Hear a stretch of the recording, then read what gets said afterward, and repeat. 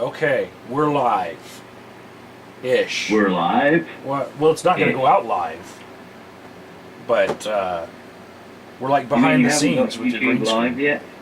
No, I don't have YouTube live yet. Why? Anyways, this is Yes, what you got for? this is like how small American politics can be. You know, how the world can be just a very small place.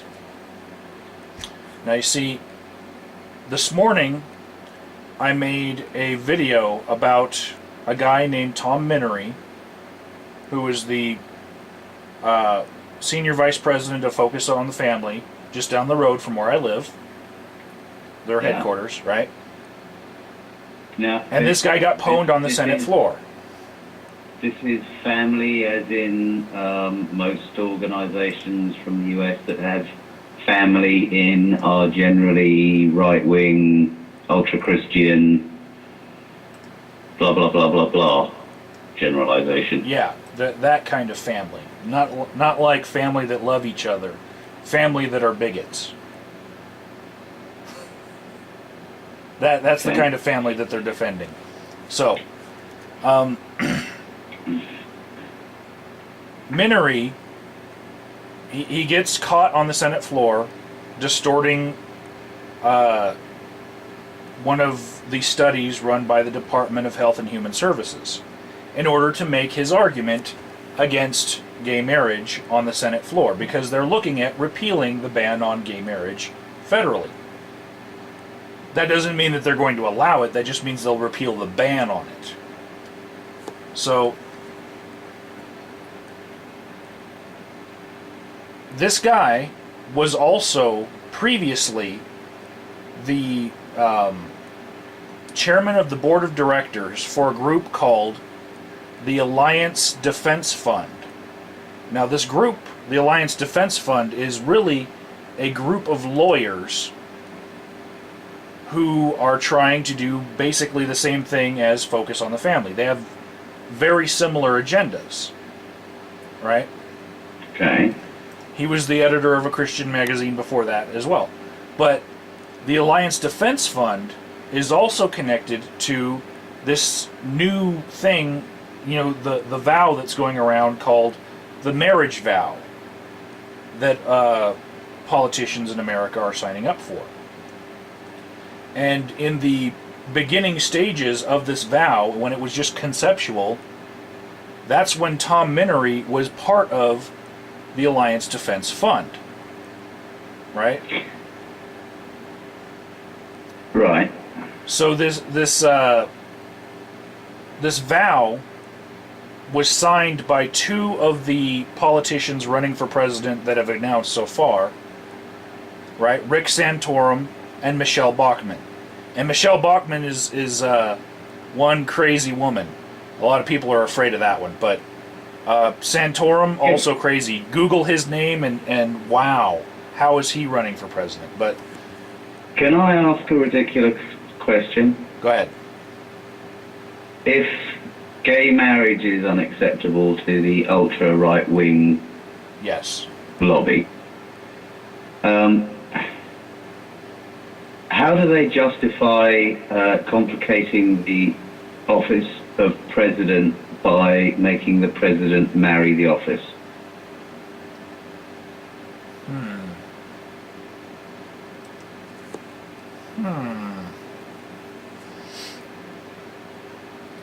It reminds me of girls getting married to Jesus as teenagers. Anyways, so they're going around with this pledge, the ADF are. And they got two politicians to sign it. Apparently, they didn't see anything wrong with signing it before, but when it became news that they signed it and news what was in the vow, all of a sudden they want to back away from the first part of it, which was about slavery.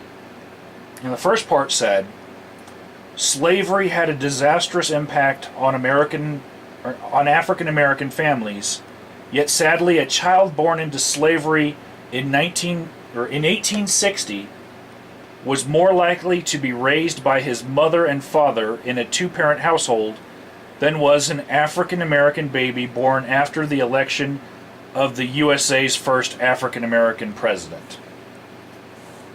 And that is providing, of course, that one of the parents wasn't sold on. Yeah, because slave families were routinely broken up, sold off, murdered, raped, abused. You know, and it's beyond offensive that they would then tie it to the race of the current president as some sort of landmark for their statement. So, Wow. after these two politicians, Rick Santorum and Michelle Bachmann, signed the pledge as it was, the ADF decided, you know, maybe we want to take that first part out of it because it seems a little offensive. And they gauge this. They gauge this not by their own thoughts about what's offensive, but just because the liberal media start picking up on it. Right. So it's not offensive unless somebody picks up on it. This is American politics, Brian. I know across the pond there are actual principles about what is offensive. But you have to understand, this is America, okay? So, yeah, they take that first part. Follow the money trail, Mike. Follow the money trail. I did, but then it led me to this tangent, okay? And they took the first part of that preamble out, right? But they left other things in the marriage vow. And those things are also offensive. Both of the politicians have come out and said that they were proud to have signed it, but they were happy with the change that they made by taking the part of slavery, the part about slavery out of it, right? Yeah.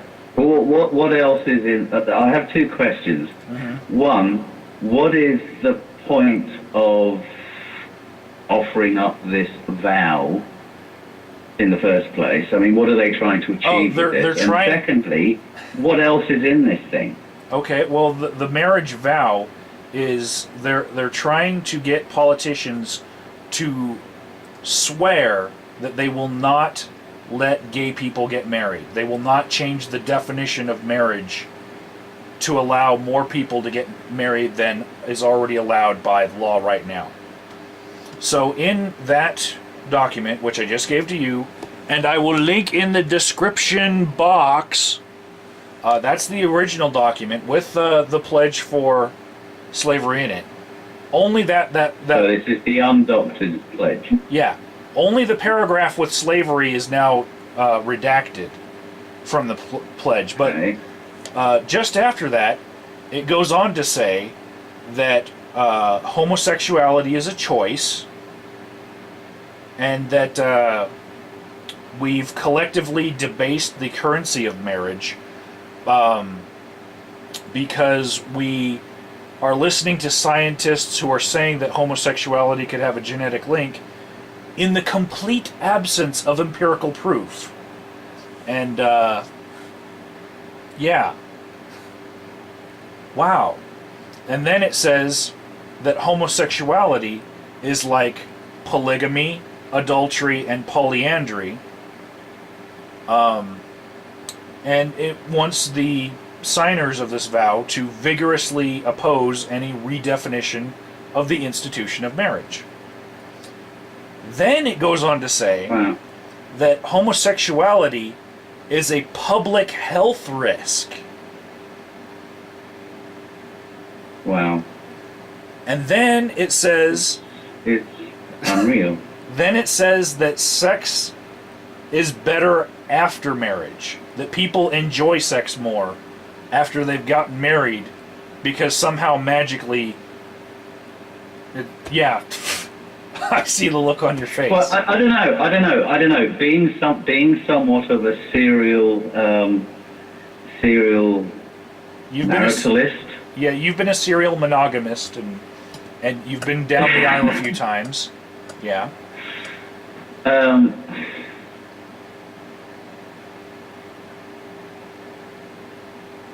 I don't know how one would actually describe that quality, but there is an additional quality too, albeit very subjective, but there is an additional content to marital sex that I cannot adequately put my finger on to describe or define for you. Yeah, but can you see how, in the context of what they're saying here, that they need to deny homosexual people the right to marry, adding the wordage that says that sex is better after marriage, and that married people enjoy better health and better sex, they could be saying, let's keep... me as an obvious statistics manipulation, and I'm sorry, but that's all it's worth. They could be saying, let's keep gay people from getting married so that they won't enjoy their sex as much as we do.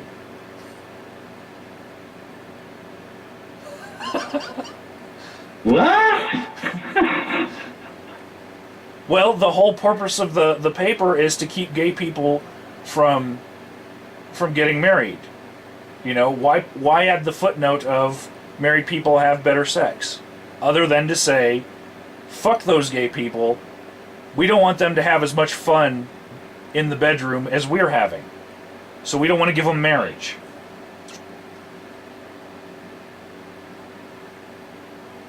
Anyways, the next thing that the pledge says is that all pornography should be banned.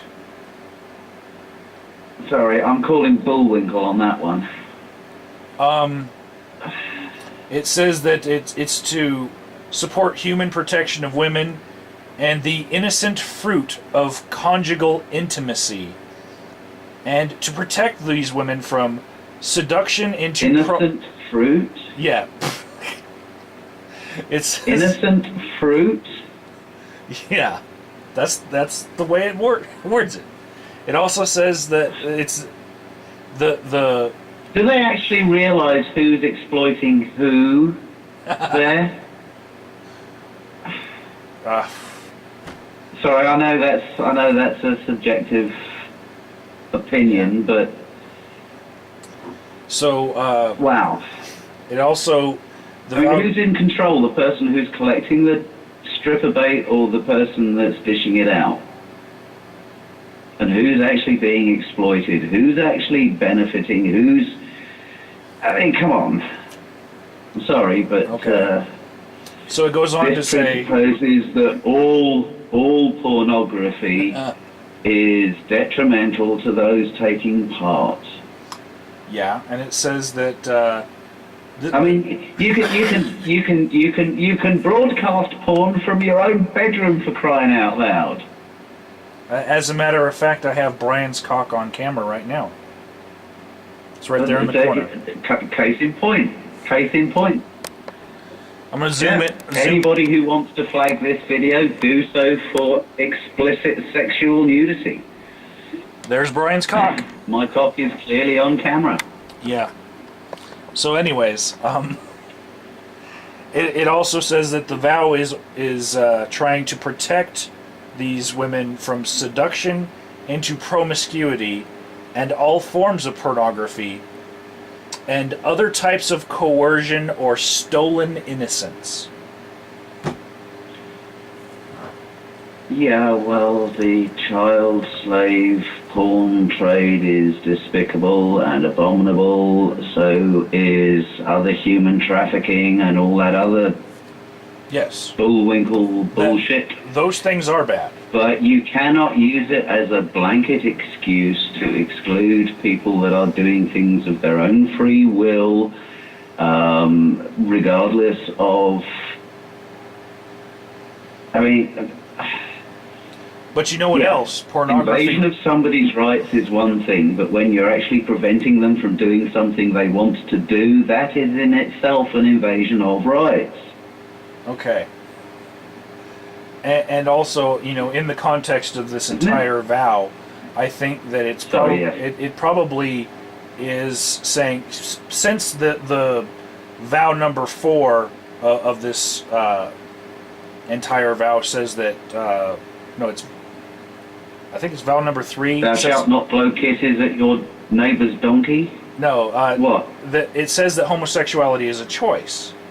And I think that by adding pornography to this, they're saying that there is a road that you will go down to perversion. And that if you watch too much porn, you'll turn gay.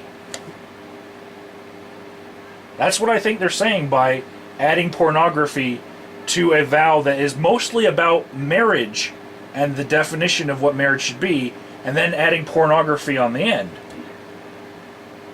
But surely that should be limited to gay porn. Because wouldn't it be gay porn that would bring this about, not all porn? Well, like Ron White said, he's an American comedian, Ron White. He said, do you like to see a man with a rock hard erection in your porn when he's having sex with a woman, or do you want him to be flaccid and limp and wimpy? It wouldn't work then, would it? No, so you like to see men who are rock hard in your porn.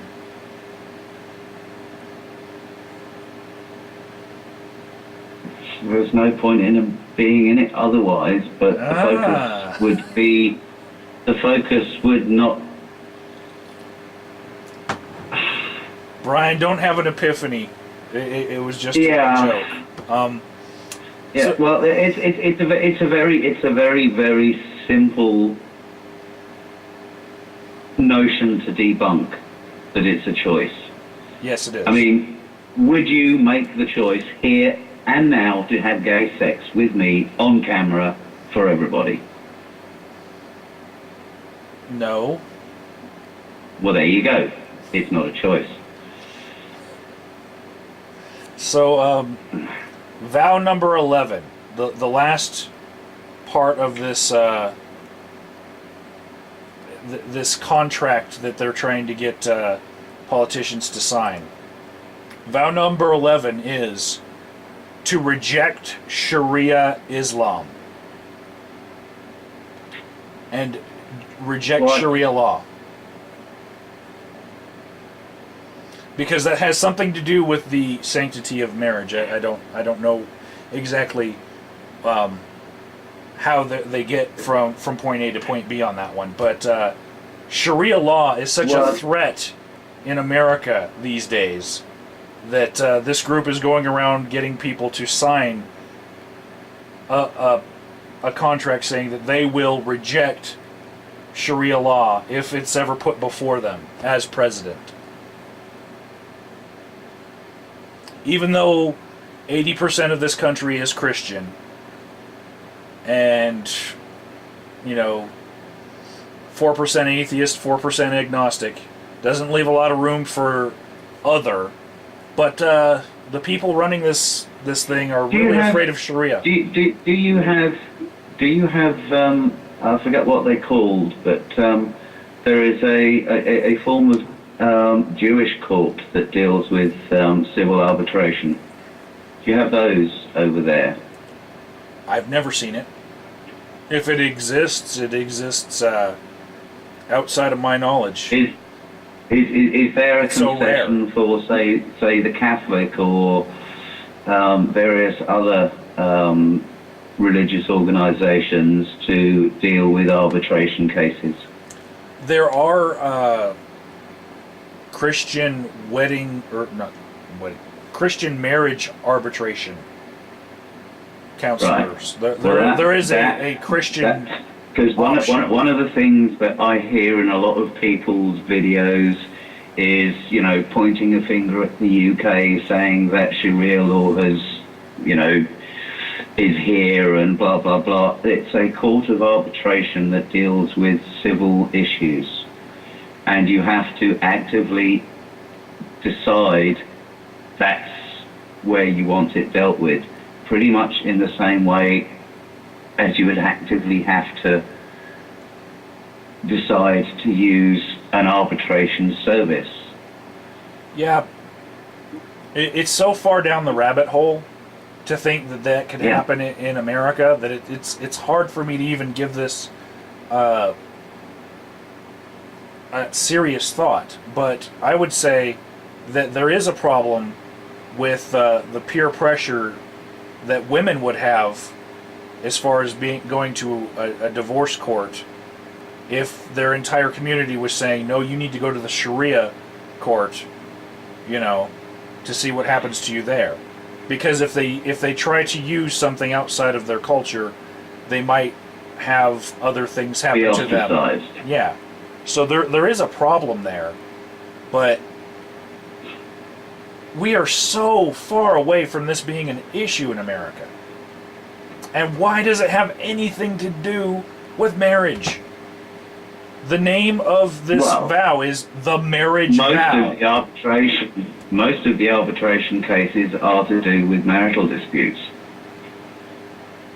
That's why it becomes pertinent in their view. I see what you're saying here. So basically, Christians would be allowed to opt for Christian arbitration. Yeah. And so if Christians can do it, why can't Muslims? Well, because they're evil. This is America, Brian. Show me where in the Constitution it says specifically and definitively that Islam and Muslims are evil. Brian, thank you for being somebody across the pond quoting my own Constitution at me. It says that we're not supposed to respect the establishment of any religion. There you go.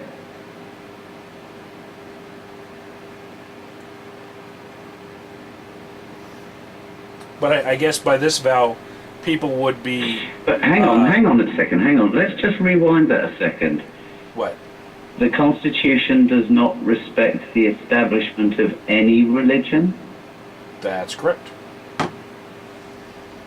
Okay, well, in that very sentence, you have the formation of the Church of Scientology completely and utterly breaking that one at its foundation.